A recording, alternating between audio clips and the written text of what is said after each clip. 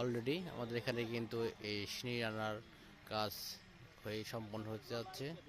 এক ডেক কিন্তু হয়ে গেছে, আর 2 ডেক কিন্তু এখন রান্না চলছে। অনেকেই রান্না মানে ব্যস্ত আছে। আর ওই পাশে মিলাদ মাহফিল হচ্ছে। এই নারিকাটি গ্রামে প্রতি বছর এখানেই গাওয়ালের সিঁড়ি রান্না করে থাকে সবাই মিলে এলাকার।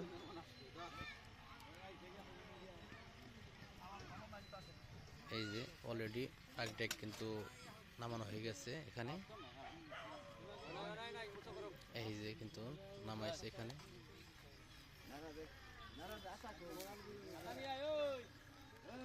এই যে নামাইছে।